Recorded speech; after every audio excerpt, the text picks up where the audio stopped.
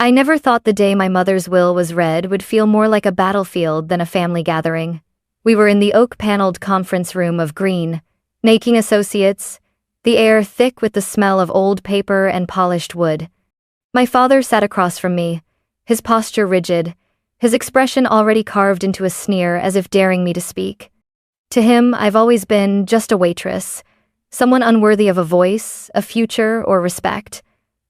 My brother Ryder leaned back beside him, wearing that smug half-smile he'd perfected since high school. When I opened my mouth to speak, my father's voice sliced through the room. "You're just a waitress. Shut up and sit down." I didn't argue. I didn't even blink. Instead, I turned to my mother's lawyer and gave a single, deliberate nod. That's when everything began to unravel. I was 28 years old, still living in the same small Montana town where I was born. Most people I grew up with had moved away, college, careers, families, but I stayed. Some might say it was out of fear or lack of ambition. My father would tell you it was because I couldn't make it anywhere else. He'd say it with that same condescending smirk he'd worn since I was old enough to understand the meaning of failure. The truth? I liked my life.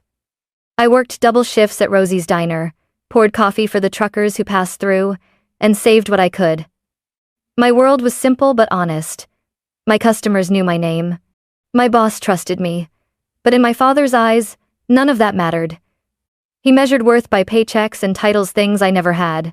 Then there was Ryder, my older brother, the golden boy.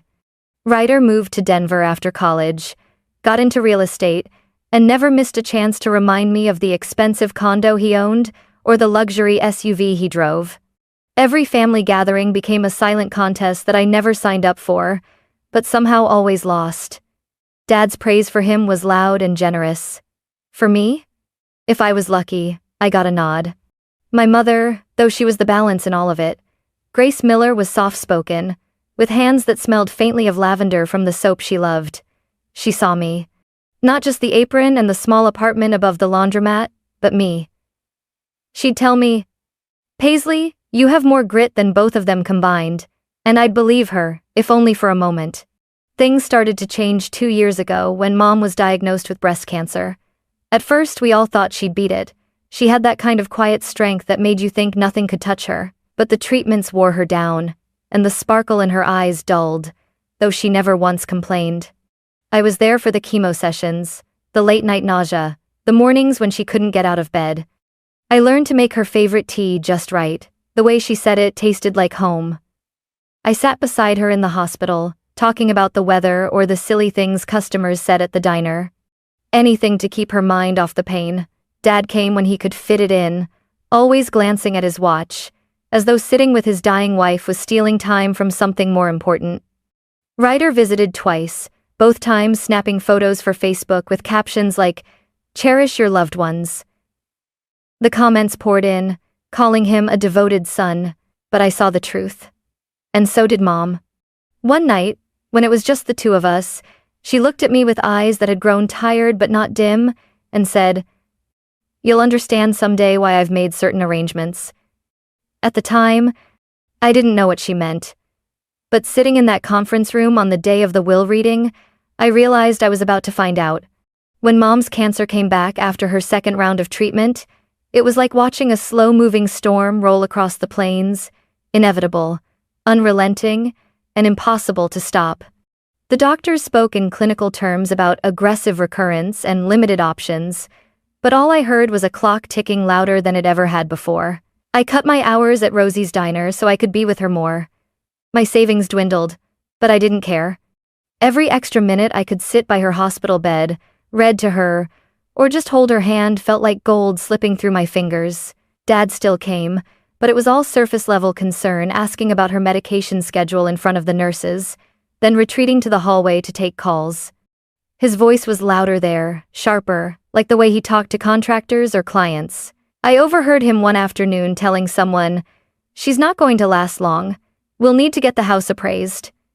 My stomach twisted, but I bit my tongue. Ryder was even worse. He breezed in wearing designer sunglasses, carrying overpriced bouquets like they were props. He'd sit on the edge of Mom's bed, lean in for a selfie, and posted online with captions like, "Love you, Mom. Stay strong." The comments were full of heart emojis and praise for his dedication. He never stayed more than 20 minutes. One night, when Ryder had just left and Dad was too busy to visit, Mom asked me to close the blinds and sit closer. She spoke in a whisper, like she was sharing state secrets. "Paisley," she said, her voice fragile but steady, "there are things you don't know about your father and brother." I told her I already knew enough, but she shook her head. "They've been counting the insurance money," she said, her lips tightening. "Like, I'm a check waiting to clear. I heard them talking about it last month." The words hit me like a punch. I wanted to storm out and find them, to make them look Mom in the eye and admit it. But she gripped my wrist, stopping me. "No," she said. "You'll have your moment, just not now." Then she reached into the drawer beside her bed and pulled out a small black USB drive. "This," she said, pressing it into my palm, "is what I want people to hear if they try to silence you." I stared at it, feeling the weight of something far bigger than a piece of plastic. "I've also made changes to my will," she added.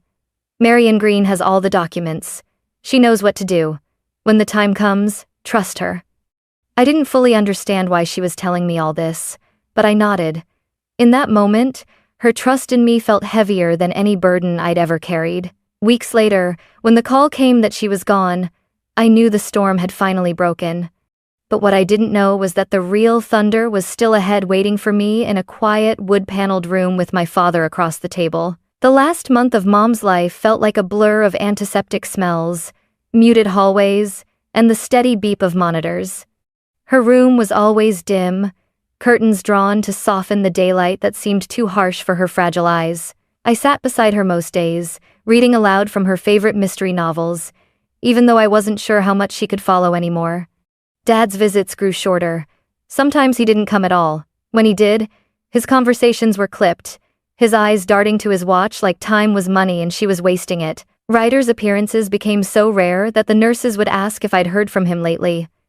I hadn't, not directly. I saw his posts though, smiling at charity galas, skiing in Aspen, always accompanied by captions about family first. One evening, just after sunset, I came into the room to find Mom sitting up straighter than she had in weeks. She was pale, but her eyes held a spark. She motioned for me to close the door. "Paisley," she whispered. "Promise me you won't let them write my story." I frowned. "What do you mean?" She reached for my hand. "At the will reading, your father will try to control everything. He'll try to silence you. Don't fight him in the moment, just do what we planned. Trust Marion. And play the recording if you must." I nodded, swallowing the lump in my throat. I wanted to tell her I'd stand up for her no matter what, but something in her tone told me she already knew that. 2 nights later, she slipped into a coma. I stayed through the night, holding her hand and tracing the veins on her skin like they were maps to places I'd never get to visit again. At dawn, she was gone. The days after felt mechanical arrangements, condolences, the awkward quiet from people who didn't know what to say. Dad barely looked at me. Ryder only texted once, "See you at the reading." I spent the night before the will reading sitting at my kitchen table, the USB drive on the wood in front of me like a loaded weapon. I thought about plugging it into my laptop, just to hear what Mom had said, but I didn't. A promise is a promise. When morning came, I put on my plain black dress, tied my hair back, and slid the USB into my purse. Outside, the wind was sharp, the kind that carries dust across the road like a veil. It felt fitting, like the air itself knew a reckoning was coming. By the time I walked into the oak-paneled conference room at Green, N. Associates, Dad and Ryder were already there, seated like kings at the head of the table. Marion sat at the far end, her briefcase closed, hands folded, eyes calm but unreadable. I took the chair opposite my father. He didn't greet me. He just smirked like he already knew the ending to a story I hadn't even begun to tell. Marion cleared her throat, her voice carrying just enough weight to pull the room into silence. "We're here to read the last will and testament of Grace Miller." I folded my hands in my lap, my fingers brushing against the USB in my purse. The weight of it was constant, like a heartbeat. Dad leaned back in his chair, arms crossed, looking every bit the man in control. "Let's not drag this out," he said. "We all know what it's going to say." Ryder chuckled, low and smug.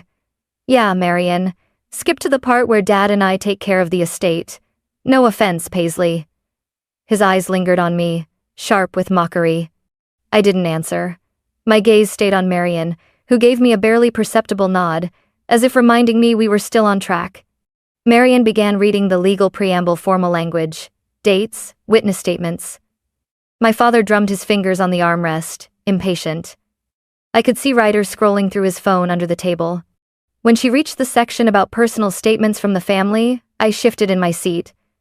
"I'd like to say a few words before we continue." The air seemed to freeze. Dad's eyes snapped to me, hard and cold. "No. You're not speaking here." I straightened my back. "It's about Mom." He leaned forward, his voice low but razor sharp. "You're just a waitress." "Shut up and sit down." Heat flooded my face, but my voice stayed even. "I have as much right to speak about her as anyone in this room." Ryder smirked. "Come on, Paisley. Don't make this weird. Let's just finish up. You can write a Facebook post later or something." For a moment, I thought about pushing back, about letting years of swallowed words pour out. But then I remembered Mom's voice in that dim hospital room. "Don't fight him in the moment. Just do what we planned." I closed my mouth. My silence seemed to please them. Dad settled back, smug again, as if he'd won something. But under the table, I slid my hand to my purse, feeling the edge of the USB. I caught Marion's gaze and gave her the smallest nod.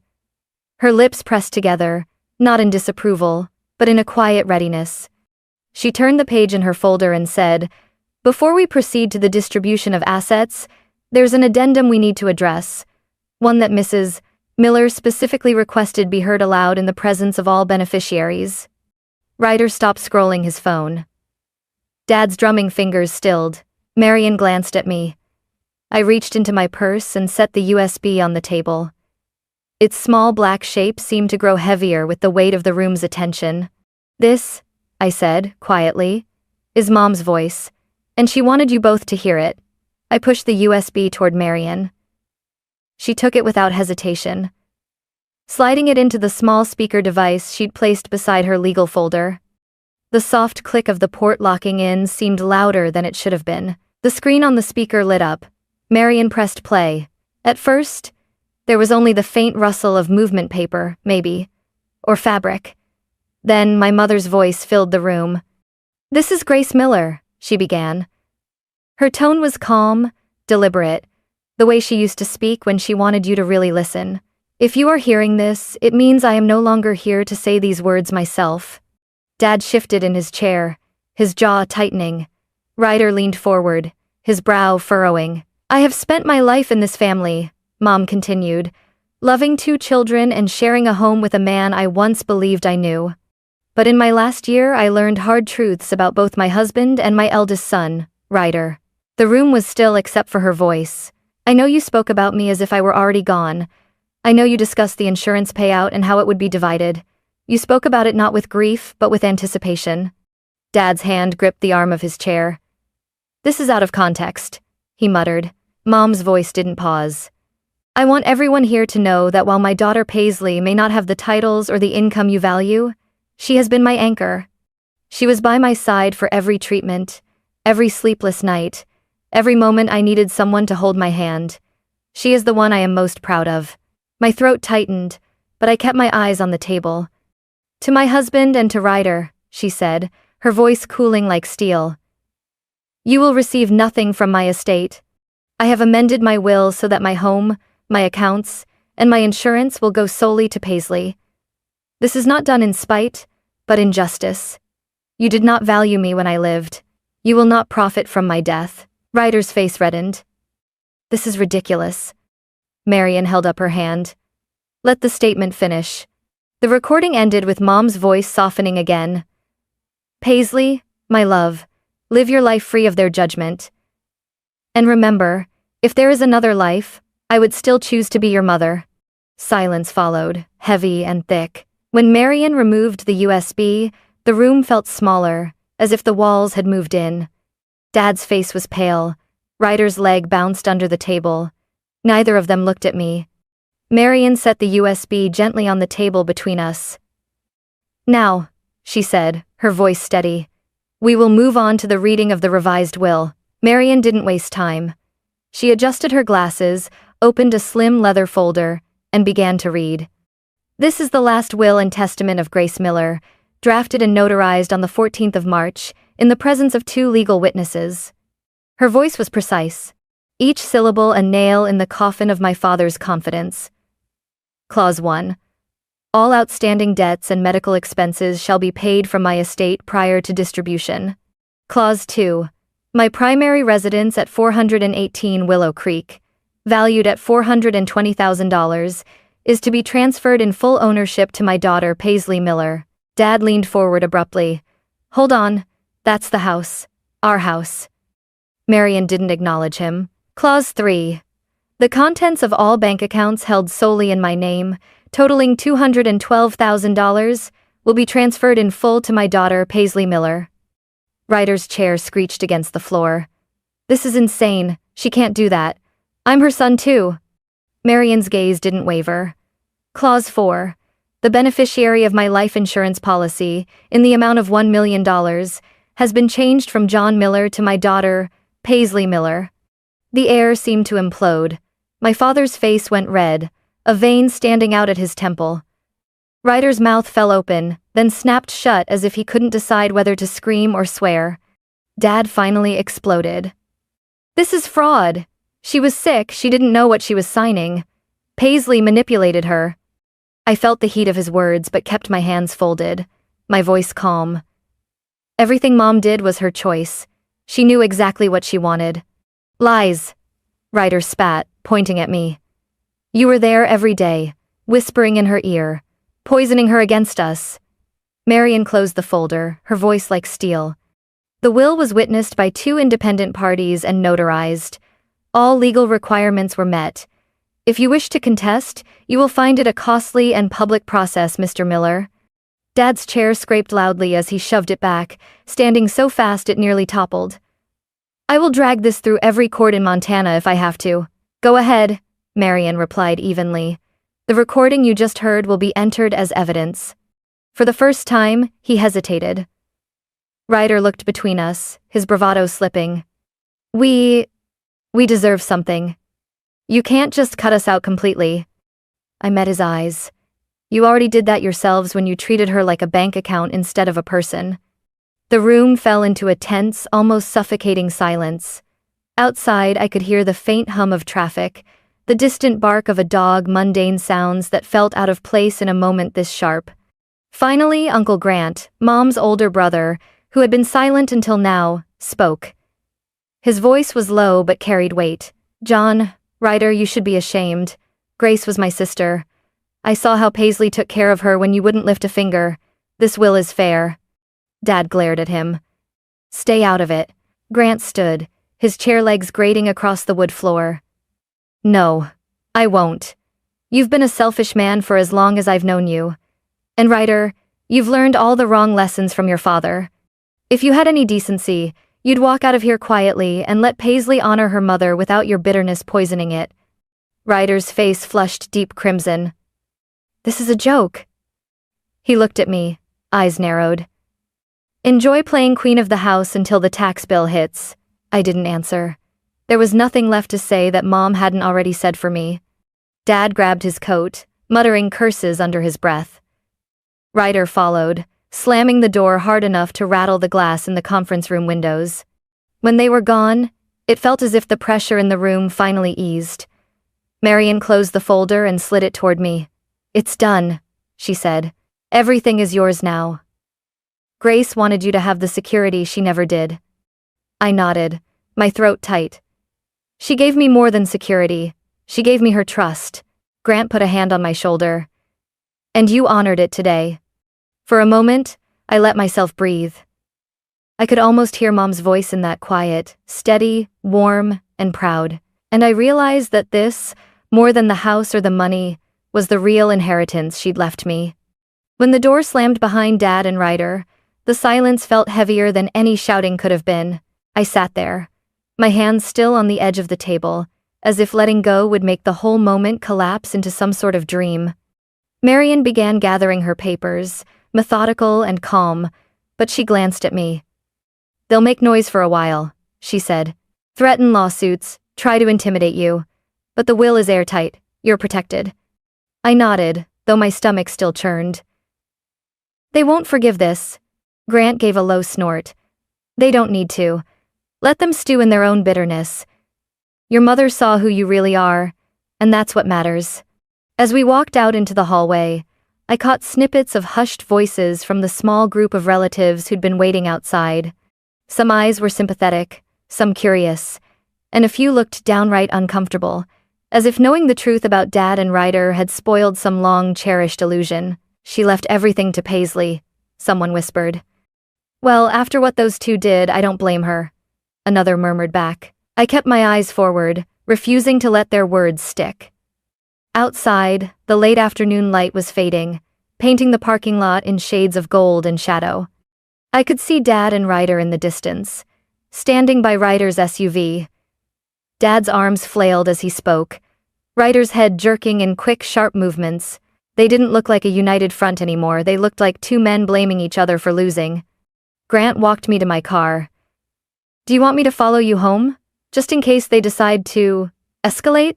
I thought about it, then shook my head. "No. They've already lost the only fight that mattered. The rest is just noise." Still, I checked my mirrors all the way back to the house. When I pulled into the driveway, the place felt different. The same porch swing, the same paint peeling near the gutter, but it was mine now. Not because of money, not because of legal documents, but because Mom had wanted me here. I stood in the doorway for a long moment before stepping inside. The scent hit me first, faint lavender, like the soap she loved. I don't know if it was real or if my mind had conjured it, but I breathed it in anyway. I set my purse down on the kitchen table and placed the USB gently beside it. I didn't feel triumphant. I didn't feel rich. I just felt steady. Somewhere in the quiet, I thought I could still hear her voice. "Live your life free of their judgment." And for the first time in years, I believed I could. 6 months passed before the constant tension in my shoulders began to ease. The calls from Dad stopped after the second month. His threats of lawsuits dissolved into silence once Marian's letters made it clear he had no case. Ryder tried one last jab through a text that read, "Enjoy the house while it lasts," but I didn't answer. I think that stung him more than any fight could have. The house became more than just a place to live. I painted the kitchen walls a warm cream, the way Mom had once said she'd always wanted. I kept the porch swing, oiling the chains so it wouldn't squeak in the wind. In the living room, I framed one of the few photos of us together, me in my diner apron, her laughing beside me, holding a mug of coffee like she was in on some private joke. I still worked at Rosie's diner. People asked if I planned to quit now that I had money, but the truth was, I liked the rhythm of the place. The regulars still came in, still called me Pays with that same small-town familiarity. If anything, the money gave me the freedom to work because I wanted to, not because I had to. Sometimes, on quiet evenings, I'd sit at the kitchen table with the USB drive in my hand. I never played it again. I didn't need to. Every word was etched into me, her pride, her love, her warning. It was strange having her voice trapped in a tiny piece of plastic, knowing I could hear it any time I wanted, but choosing to carry it in memory instead. Uncle Grant visited often. We'd sit on the porch with coffee, talking about Mom, not the illness or the fights, but the little things. The way she hummed while making pie crust. The way she'd brush her hands on her jeans after gardening. Those were the pieces I wanted to keep polished, not the jagged edges left by Dad and Ryder. One windy afternoon in late autumn, I stood in the backyard, the sky the same pale gray as the day of the will reading. I thought about what Mom had told me. Live your life free of their judgment. Back then, it had sounded like an impossible wish. Now, it felt like a quiet truth I'd grown into without realizing. I walked back inside, the smell of fresh coffee filling the air. In the hallway, sunlight caught the frame of her photo, and for a second, it felt like she was right there watching, approving, maybe even proud. I smiled. Not because I'd won anything, but because I knew I was exactly where she'd wanted me to be.